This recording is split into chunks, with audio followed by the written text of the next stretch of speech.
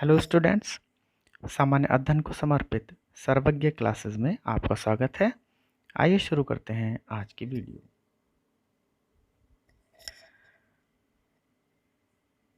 आज की वीडियो सामान्य अध्ययन के महत्वपूर्ण भाग संविधान से है। पिछले कुछ समय से यह देखने में आया है कि संविधान की उद्देशिका परीक्षा के प्रश्नों के लिए एक महत्वपूर्ण क्षेत्र बन गई है। यहाँ से मुख्य रूप से दो प्रकार के प्रश्न हमें देखने को मिलते हैं, एक तथ्यपरक और दूसरे अवधारणात्मक। आज की यह प्रश्न श्रृंखला तथ्यपरक और अवधारणात्मक दोनों प्रकार के प्रश्नों को आपके सामने प्रस्तुत करेगी। यहाँ इन प्रश्नों के माध्यम से उन प्रश्नों की प्रवृत्ति, प्रकृति और उनको हल करते समय ध्यान में रखने वाली महत्वपूर्ण सावधानियों की चर्चा करेगी। आइए शुरू करते हैं आज की प्रश्नावली भाग 1।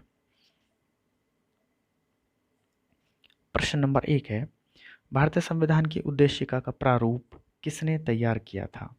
एक तथ्यपरक प्रश्न है। भारतीय संविधान की उद्देशिका के प्रारूप को तैयार करने वाले का नाम पूछा गया है। सामान्यतः हम जल्दीबाजी में या हड़बड़ाहट में ऐसा मान लेते हैं कि भारतीय संविधान की उद्देशिका का प्रारूप किसने प्रस्तुत किया।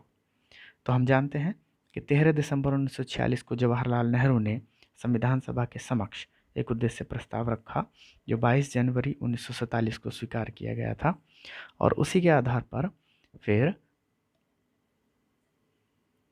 प्रस्तावना या उद्देशिका का निर्माण हुआ। किंतु यहाँ उद्देशिका के प्रारूप को तैयार करने वाले का नाम पूछा गया है। ध्यान देना है, उद्देश्य प्रस्ताव जवाहरलाल नेहरू ने प्रस्तुत किया था, जबकि संविधान की उद्देशिका का प्रारूप वी.एन. राव के द्वारा तैयार किया गया था।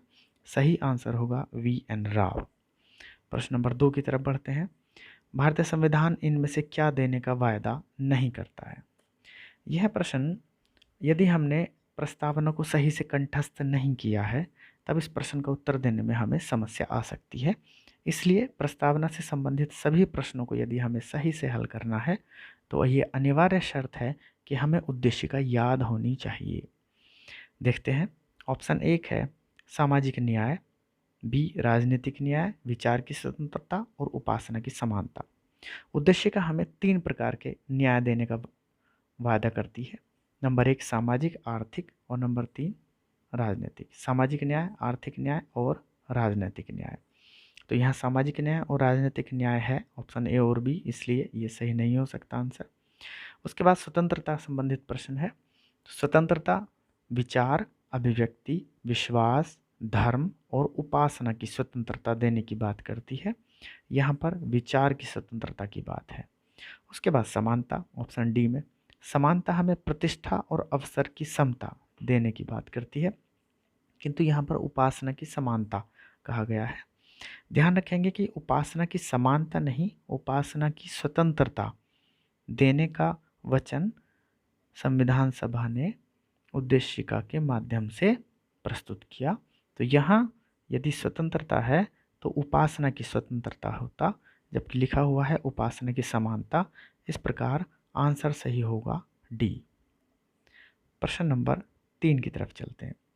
प्रस्तावना पर किस क्रांति का प्रभाव प्रदर्शित नहीं होता? फ्रांसीसी क्रांति, अमेरिकी क्रांति, बोल्शेविक क्रांति, चीनी क्रांति। फ्रांसीसी क्रांति, अमेरिकी क्रांति, बोल्शेविक क्रांति। फ्रांसीसी क्रांति से हमने समानता, स्वतंत्रता और बंधुत्व, जो फ्रांसीसी क्रांति का नारा था, वो हमारी प्रस्तावना, हमारे संविधान को प्रभावित करता है। अमेरिकी क्रांति, लोकतंत्र वहाँ पर है, गणतंत्र वहाँ पर है, उसने हमारी प्रस्तावना को प्रभावित किया है।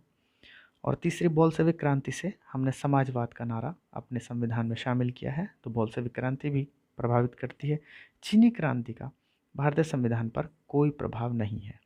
अब आप समझ सकते हैं कि यहाँ केवल प्रस्तावना ही नहीं, प्रस्तावना की बैकग्राउंड, उसको प्रभावित करने वाले क्षेत्र, उन सबको भी हमें प्रस्तावना संबंधी प्रश्नों को हल करते समय याद रखना होगा। इस प्रकार आंसर सही होगा डी। प्रश्न 4, भारत की संप्रभुता किसमें निहित है? भारत की संप्रभुता किसमें निहित है? इस प्रश्न को हल हम कहाँ से करेंगे? भारत की संप्रभुता किसमें निहित है मतलब भारत किससे शक्ति प्राप्त करता है? भारत की सभी निर्णयों को लेने की क्षमता किस में है? सीधा सा आंसर हम प्रस्तावना से उठाएंगे, जहाँ पर प्रस्तावना आरंभ होती है, we the people of India, हम भारत के लोग। तो भारत के लोग भारत को एक संपूर्ण प्रभुत्व संपन्न समाजवादी पंथ निरपेक्ष लोकतंत्रात्मक गणराज्य बनाने के लिए, तो यहाँ निश्चित रूप से भारत की जनता में भारत की संप्रभुता रहती है। आंसर सही होगा ए। अगले प्रश्न की तरफ चलते हैं। प्रश्न नंबर 5, प्रस्तावना में किस अभिव्यक्ति का प्रयोग नहीं किया गया है? फिर वही बात, हमें प्रस्तावना का एक एक शब्द याद होना चाहिए, हमें प्रस्तावना अक्षर से याद होनी चाहिए अगर हमें इस प्रकार के प्रश्नों को हल करना है। तो वहाँ प्रस्तावना में किस अभिव्यक्ति का प्रयोग नहीं किया गया है, वह कौन सा शब्द है जो प्रस्तावना में शामिल नहीं है? तो जब हमें प्रस्तावना के एक एक शब्द याद होगा तो हम इस तरह का प्रश्न हल कर पाएंगे। आप प्रश्नों के उत्तर देखते समय ये भी याद करें, जैसे मैंने वीडियो के आरंभ में ही बता दिया था कि हम प्रश्नों की प्रकृति और प्रवृत्ति को भी यहाँ ध्यान रखेंगे। इस वीडियो को बनाने का उद्देश्य यही है कि केवल आप प्रश्नों के उत्तर ना समझ लें, ये भी समझ लें कि प्रस्तावना से किस प्रकार के प्रश्न हमारे सामने आते हैं। तो प्रस्तावना में इनमें से कौन सा शब्द नहीं है? ए, सर्वसत्ताधारी लोकतांत्रिक गणराज्य, यहीं से प्रस्तावना शुरू होती है। धर्मनिरपेक्ष है। संघीय शब्द प्रस्तावना में शामिल नहीं है, जबकि समाजवादी शब्द संविधान संशोधन के द्वारा प्रस्तावना में शामिल किया गया था। तो इस प्रकार आंसर होगा सी। प्रश्न नंबर 6 की तरफ चलते हैं। संविधान निर्माताओं के मनोभाव कहाँ प्रदर्शित होते हैं? संविधान निर्माताओं के मनोभाव उद्देशिका में प्रदर्शित होते हैं। एक ही स्थान जहाँ पर हमें पूरे संविधान का निचोड़ या पूरे संविधान को ना पढ़कर हम सिर्फ कुछ शब्दों को, कुछ लाइनों को पढ़कर संविधान निर्माताओं के मन की स्थिति को जान सकते हैं, वो हमें मिलता है प्रस्तावना में। इस प्रकार सही उत्तर होगा प्रश्न नंबर 6 का सी। तो इस प्रकार प्रश्न नंबर 6 का उत्तर सही होगा प्रस्तावना में। प्रश्न नंबर 7 की तरफ बढ़ते हैं। लोकप्रिय प्रभुसत्ता क्या है? लोकप्रिय प्रभुसत्ता का सीधा सीधा अर्थ है कि वह प्रभुसत्ता जो लोकप्रियों के द्वारा चलती है। लोकप्रिय कौन है? जनप्रतिनिधि, और प्रभुसत्ता मतलब उनका शासन। तो जनप्रतिनिधियों का शासन या जनप्रतिनिधियों का प्रभुत्व, जनप्रतिनिधियों द्वारा चलाया जाने वाला शासन लोकप्रिय प्रभुसत्ता का उदाहरण है। इस प्रकार यहाँ उत्तर होगा जनप्रतिनिधियों का प्रभुत्व, ऑप्शन बी। प्रश्न नंबर 8 की तरफ चलते हैं। संविधान के किस भाग को उसकी आत्मा कहा गया है? देखिए, यह प्रश्न दो प्रकार से पूछा जा सकता है।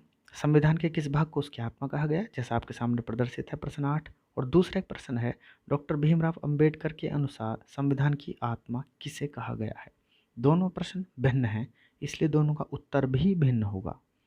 यहाँ इस प्रश्न का उत्तर संविधान की आत्मा के रूप में उत्तर सही होगा प्रस्तावना। यदि प्रश्न आता है डॉक्टर भीमराव अंबेडकर के अनुसार संविधान की आत्मा किसे कहा गया है, तब प्रश्न का उत्तर होगा संवैधानिक उपचारों का अधिकार। जब हम मौलिक अधिकारों संबंधी प्रश्नावली हल करेंगे तब वहाँ पर इसके विषय में विस्तार से बताऊंगा। फिलहाल आप समझ लीजिए, यदि प्रश्न आता है संविधान के किस भाग को उसकी आत्मा कहा गया है और वहाँ पर डॉक्टर भीमराव अंबेडकर जी का नाम नहीं है प्रश्न में, तब उसका उत्तर होगा प्रस्तावना। यदि डॉक्टर भीमराव अंबेडकर जी का नाम उस प्रश्न में शामिल है तब प्रश्न का उत्तर होगा संवैधानिक उपचारों का अधिकार। चलते हैं अगले प्रश्न की ओर। प्रश्न नंबर 9, कौन भारत को धर्मनिरपेक्ष राज्य घोषित करता है? यहाँ हम समझ सकते हैं कि मैंने जैसा पहले कहा, हमें प्रस्तावना के शब्द से याद होना चाहिए, प्रस्तावना को शब्द से याद कर लेना चाहिए, और वहाँ पर भारत को एक संपूर्ण प्रभुत्व संपन्न समाजवादी पंथ निरपेक्ष और धर्मनिरपेक्ष, इन शब्दावलियों को एक दूसरे की जगह इस्तेमाल कर लिया जाता है। हालांकि हिंदी में इन दोनों के मीनिंग अलग हैं, लेकिन इंग्लिश में क्योंकि धर्मनिरपेक्ष का मतलब ही पंथ निरपेक्ष है, इसलिए वहाँ उसको अलग करके नहीं देखा जाता है। फिलहाल धर्मनिरपेक्ष और पंथ निरपेक्ष का अर्थ एक ही मानकर चलें। भारत के संदर्भ में धर्मनिरपेक्ष राज्य घोषित भारत को एकमात्र जगह संविधान की प्रस्तावना में किया गया है। इसके अतिरिक्त संविधान में कहीं भी भारत को धर्मनिरपेक्ष राज्य घोषित नहीं किया गया है। धर्मनिरपेक्ष शब्द का प्रयोग संविधान में कहीं भी नहीं है। पंथ निरपेक्ष शब्द का प्रयोग संविधान में कहीं भी नहीं है प्रस्तावना के अतिरिक्त। इस प्रकार इस प्रश्न का उत्तर होगा प्रस्तावना। प्रश्न नंबर 10, भारतीय संविधान किसके द्वारा स्वीकृत किया गया है? तो भारतीय संविधान किसने स्वीकार किया? आप कह सकते हैं संविधान सभा ने स्वीकार किया, क्योंकि संविधान सभा ने भारतीय संविधान को बनाया था। प्रथम निर्वाचित सरकार किसी भी स्थिति में सही नहीं हो सकता। भारत की जनता के द्वारा, आप कन्फ्यूज हो सकते हैं इसका उत्तर लेकर, या भारत की संसद के द्वारा, यहाँ कन्फ्यूजन की कोई जगह है नहीं। तो दो उत्तरों को लेकर, ऑप्शन ए और ऑप्शन सी को लेकर कन्फ्यूजन हो सकता है। इसको दूर करने का एक ही तरीका है कि हम प्रस्तावना को सही से पढ़ लें। प्रस्तावना किसने स्वीकार करी? जिसमें जिक्र है कि हम आज दिस 26 डे ऑफ नवंबर 1949, आज 26 नवंबर 1949 को एतद द्वारा हम इस संविधान को अंगीकृत, अधिनियमित और आत्मार्पित करते हैं। कौन करते हैं? पहली लाइन पढ़ेंगे, हम भारत के लोग। तो भारतीय संविधान किसने स्वीकार किया? हम भारत के लोगों ने। इस प्रकार इसका सही उत्तर होगा भारत की जनता ने।